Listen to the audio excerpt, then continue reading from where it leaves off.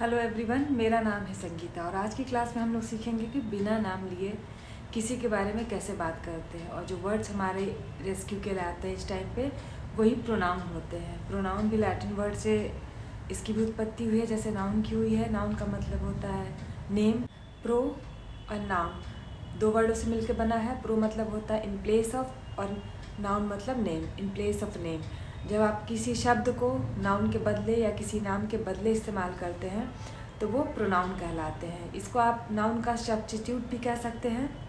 इसको हम लोग सेंटेंसेस में तब यूज़ करते हैं जब हम नाउन का सब्स्टिट्यूट चाहते हैं या बार बार रिपीट नहीं करना चाहते हैं किसी नाम को। रेपिटेशन रोकने के लिए प्रोनाउंस का इस्तेमाल नाउन की जगह किया जा सकता है। बचपन से हम लोग जो अभी तक पढ़ते आ रहे हैं उसमें हम लोगों ने पढ़ा है I, we, you, he, she, it, they. इसके अलावा बहुत कम लोगों को इससे इतर भी प्रोनाउंस के बारे में पता होगा, जो आज की क्लास में हम लोग सीखेंगे। चलिए इसकी परिभाषा देख लेते हैं। A pronoun is a word use instead of a noun. Noun या नाउन फ्रेज दोनों की जगह अगर किसी वर्ड का इस्तेमाल करते हैं तो वो प्रोनाउन कहलाता है। नाउन फ्रेजेस क्या होते हैं? नाउन फ्रेजेस होते हैं जब नाउन किसी मॉडिफायर के साथ यूज होता है, जैसे the big ball, the green Apple, the black sari. तो इस तरह से एक मॉडिफायर जब नाउन के आगे जुड़ जाता है उसको हम नाउन फ्रेज कहते हैं और उसको भी रिप्लेस करके हम लोग प्रोनाउन का इस्तेमाल कर सकते हैं। एक और शब्द आती है, अगर आप लोग ग्रामर पढ़ते हैं तो एंटीसीडेंट करके। इसका डेफिनेशन होता है a noun that is replaced by a pronoun is called antecedent. मतलब नाउन को ही हम लोग कहेंगे एंटीसीडेंट जब वो किसी प्रोनाउन से रिप्लेस कर दिया जाता है सेंटेंस में, तो उस नाउन को हम लोग एंटीसीडेंट कहते हैं। जिस तरह से नाउन को आपने पढ़ रखा था कि वो 5 तरह के होते हैं, प्रोनाउन भी उसी तरह से कई भागों में बटे होते हैं। 9 टाइप्स होते हैं। कहीं कहीं आपको ये 10 टाइप्स के भी दिख जाएंगे। चलिए हम एक एक करके इनके सारे प्रकारों को समझते हैं। जैसा कि अभी मैंने आप लोगों के सामने नाम लिया था, I, we, you, he, she, it, they. Personal pronoun की एग्जाम्पल है। हम लोगों ने शुरू से केवल इनके बारे में जाना है। साथ ही हैं I, we, you, he, she, it, they. ये 7 जो हैं ये पर्सनल प्रोनाउन के एग्जाम्पल्स हैं। ये 7 पर्सनल प्रोनाउंस 3 पर्सन्स के लिए, 3 तरह के पर्सन्स के लिए स्टैंड करते हैं। First person, second person and third person. First person में आ जाता है आई एंड वी, सेकेंड पर्सन में आ जाएगा यू एंड थर्ड पर्सन में आ जाता है ही, शी, इट एंड दे। आई और वी फर्स्ट पर्सन, जो बात कर रहा है पर्सन वो फर्स्ट पर्सन हो जाता है। सेकंड पर्सन जिससे बात करता है वो सेकंड पर्सन हो जाता है यू। और अगर थर्ड पर्सन जो है वो जो किसी तीसरे व्यक्ति के बारे में बात हो रही है वो हो जाता है third person, he, she, it, they. इसमें भी ये 3 जेंडर में आ जाते हैं।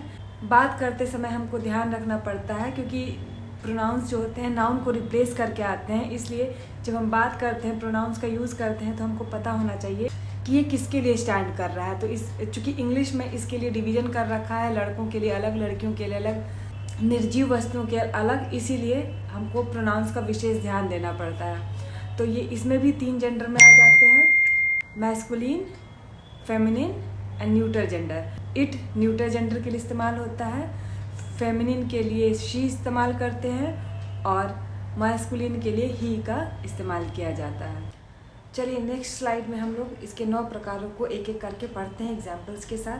पहले प्रकार पे आते हैं पर्सनल प्रोनाउंस। जैसा मैंने आपको शुरू में नाम लिया था, I, we, you, he, she, it, they, ये 7 हैं और ये किसी स्पेसिफिक पर्सन या थिंग को दिखाने के लिए, के बारे में बताने के लिए पर्सनल प्रोनाउंस का इस्तेमाल होता है। जैसे she is going to the store, किसी स्पेसिफिक व्यक्ति के बारे में बात हो रही है।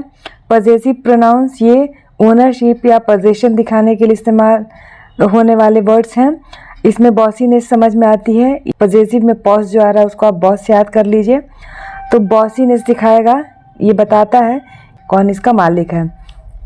जैसे mines, yours, his, hers, its, ours, theirs. Demonstrative pronouns, demonstrative मतलब होता है दिखाना। तो इसका इस्तेमाल हम करते हैं स्पेसिफिक पर्सन या थिंग को इसको पॉइंट आउट करने के लिए, उसको दिखाने के लिए डेमोन्स्ट्रेटिव प्रोनाउंस का इस्तेमाल किया जाता है। यह this, that, these, those. Reflexive pronouns आप लोग रिफ्लेक्ट से याद करिएगा। जब हम लोग अपनी इमेज को देखते हैं शीशे में, देखिए इसका दिया है reflect back to the subject of the sentence. जो सब्जेक्ट होता है सेंटेंस में उसको फिर रिफ्लेक्ट करके दिखाता है। जैसे जब मैं अपने बारे में बात कर रही हूँ तो मैं माई सेल्फ यूज़ करूँगी किसी वाक्य में, तो वो रिफ्लेक्सिव प्रोनाउंस हो जाएंगे। इसके एग्जाम्पल्स हैं myself, yourself, himself, herself, itself, ourself, yourself, themself. She hurt herself while skiing. उसने जब स्की कर रही थी तो उसने खुद को हर्ट कर लिया। रिलेटिव प्रोनाउंस ये रिलेशंस दिखाते हैं, who, whom, whose, which, that. Introduce dependent clauses and connect them to the main clause. दो वाक्यांश होते हैं तो उनको जोड़ने के लिए हम इन शब्दों का इस्तेमाल कर सकते हैं। The man who lives next door is a doctor. देखिए दो क्लॉज है, पहला द मैन और ये नाउन फ्रेज है the man who lives next door is a doctor. जो कि बगल में रहता है हमारे, वो एक डॉक्टर है। तो ये दो क्लॉजेस को कनेक्ट करने का काम कर रहा है, रिलेट करने का काम कर रहा है, इसलिए ये हो गया रिलेटिव प्रोनाउन। इंटरोगेटिव प्रोनाउंस नाम से ही समझ में आ रहा है, क्वेश्चंस पूछने वाले। तो इसमें है हु, हुम, हुज, विच, व्हाट। ये सवाल पूछने के लिए इस्तेमाल होने वाले शब्द हैं। Whose bag is this. Indefinite pronouns. Indefinite pronouns मतलब हुआ जिसके बारे में डेफिनेटनेस के बारे में हमको पता नहीं है। Refers to non specific people और थिंग्स। ये नॉन स्पेसिफिक पीपल या थिंग्स के बारे में बताते हैं। ये देखिए पर्सनल प्रोनाउन का जस्ट ऑपोजिट हो गया है इनडेफिनिट प्रोनाउंस। इसके एग्जांपल्स हैं all, another, any, anybody, anyone, anything. जिसके बारे में हमको पता नहीं चल रहा कि किसके बारे में बात हो रही है, इनडेफिनिट है वो पर्सन, तो वहाँ पे इस्तेमाल करते समय प्रोनाउंस का हम इनडेफिनिट प्रोनाउंस यूज़ करते हैं। Example somebody left their keys on the table. Reciprocal pronouns ये एक दूसरे को रेसिप्रोकेट करती हैं। ये केवल दो ही हैं, each other and one another. Each other का इस्तेमाल दो लोगों के लिए किया जाता है और दो से अधिक लोगों के लिए वन अनदर का इस्तेमाल किया जाता है। इंडिकेट अ म्यूचुअल एक्शन और relationship between two or more individuals. Mutual action और रिलेशनशिप को दिखाने के लिए रेसिप्रोकल प्रोनाउंस इस्तेमाल होते हैं। They hugged each other goodbye. उन्होंने गुड बाय करते समय एक दूसरे को गले लगाया। नवा और आखिरी प्रकार है एक्सप्लेटिव प्रोनाउंस।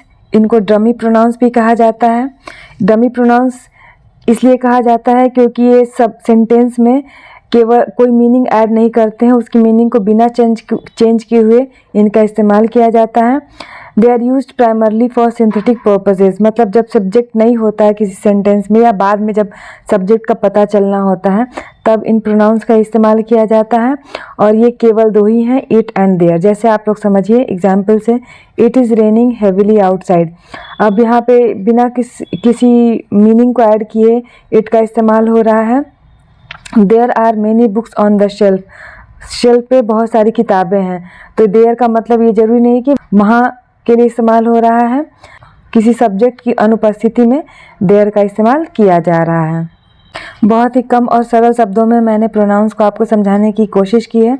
अगर आपको ये वीडियो पसंद आया हो तो इसे लाइक करें और अपने फ्रेंड्स और रिलेटिव्स को भी शेयर करें। Thank you.